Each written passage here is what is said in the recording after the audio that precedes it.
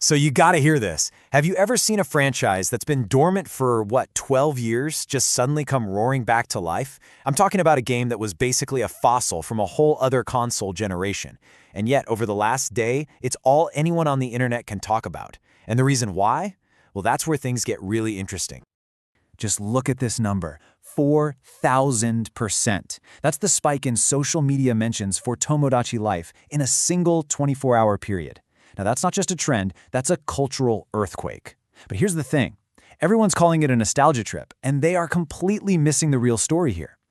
Because what looks like a simple throwback is actually a perfect storm of three huge forces colliding. We're talking about mind-blowingly advanced AI simulation, a company trying to fix a cultural mess they made over a decade ago, and a massive, unfolding debate about how much control corporations should have over our digital lives.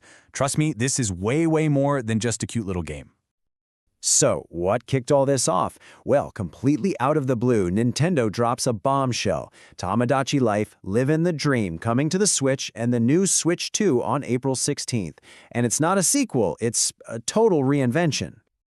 The technical leap they've made is just staggering. I mean, the original 2013 game was basically a digital ant farm, right? You had these Miis with their little floating hands in a tiny, static apartment. Now, they've moved the whole thing to this living, breathing coastal town called Harmony Harbor with these beautifully upgraded Mii models that, get this, finally have ears and actual physics. And that physics part is the key. They're using a brand new procedural animation engine. See, in the old game, if a Mii was happy, it would just trigger a pre-recorded happy animation. Now they actually interact with the world around them in real time. They have weight, they can stumble, they feel physically there, not like little digital puppets just sliding around. And with this new director mode, our role as the player has completely changed. You're not just a passive observer anymore. You can literally drag two Miis into a room, pull up these sliders to set the mood, make it confrontational or goofy or whatever, and then just sit back and watch their AI personalities collide. You're not writing a script, you're just setting the stage for chaos. Okay, so why is this specific game blowing up now? To really get the hype, we have to rewind the clock about 12 years. Because this sequel isn't just a game, it's Nintendo's very, very late answer to a huge controversy, and a promise they made a long, long time ago. Right. So back in 2014, the original game got hit with this massive backlash. People called it the Miiquality movement because you couldn't have same-sex relationships in the game. Nintendo eventually had to issue a public apology saying it was due to code complexity, and they promised that if they ever made a sequel, it would be inclusive from the ground up. Well, 12 years later, they finally delivered. The new game has full support for same-sex marriage and non-binary gender markers. But it's the tech behind it that's really amazing. They built this identity AI that uses natural language processing, so it actually adapts how other characters talk to and about your Mii based on the pronouns you choose. It's not just a button you press in a menu, it's woven right into the fabric of the whole simulation. But that identity AI, that's really just the tip of the iceberg. The entire personality engine running this thing has been revolutionized. It's moved beyond being a simple toy and into something, well, something that feels a lot more alive.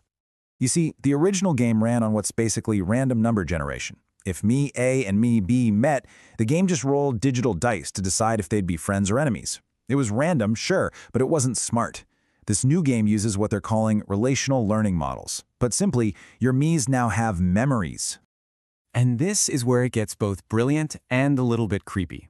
If you make two Miis interact and they have a bad time, they'll develop a tension stat. This means they can literally hold grudges. They'll actively avoid each other, and they might even go and spread rumors about each other to other Miis on the island. The whole social fabric of the game is constantly evolving based on its own history. And if that wasn't wild enough, the entire simulation is always running on cloud servers. Your console is just a window into Harmony Harbor, which is alive 24/7. You could actually turn on your game in the morning and discover that while you were asleep, two of your Miis got together and started their own podcast. I'm not kidding. It creates this bizarre fear of missing out on your own game. So we have this unbelievably deep, inclusive, intelligent simulation that feels more real than anything we've seen. And this is where we hit the massive controversy hiding in the fine print. This is the great Tomodachi paradox. Because for all of the incredible freedom Nintendo is giving players inside the game, they are clamping down with total corporate control outside of it.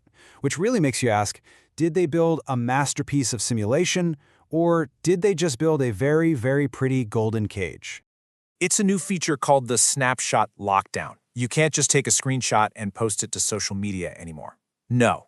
Every single image or clip has to first go through something called the Nintendo Image Clearinghouse, which is an automated AI filter designed to block anything they deem misleading or out of context. Now, their official reason is to prevent harassment and protect the brand, but what it's really doing is sanitizing the exact kind of wonderful chaos that made the first game a viral sensation. All those unhinged, hilarious, out-of-context screenshots of a Mii having an existential crisis over a piece of burnt toast, that raw, player-driven comedy was the heart and soul of the game's online presence. Now, every moment is basically pre-approved by HR. And that is the ultimate corporate paradox, right? Nintendo gets to cash in on all the positive PR for creating this super inclusive world where everyone is welcome, but they are absolutely terrified of the messy, unpredictable, real stories that will actually come out of that world. They've given us the representation we asked for, but they're taking away our power to share it. I mean, think about that for a second. This is the walled garden philosophy in a nutshell. Nintendo built an AI so powerful they trust it to generate an entire, unscripted podcast while you're sleeping. But they do not trust you, the player, to take a simple screenshot of it. So, what happens next? Well, here's my prediction. The game comes out on April 16th, and that Snapshot Lockdown will be completely bypassed by the modding community in less than 48 hours. This is just the opening shot in what's going to be a long cat-and-mouse game between creative freedom and corporate control, and Tomodachi Life is going to be the first big battleground. The only real question left is, who are you rooting for?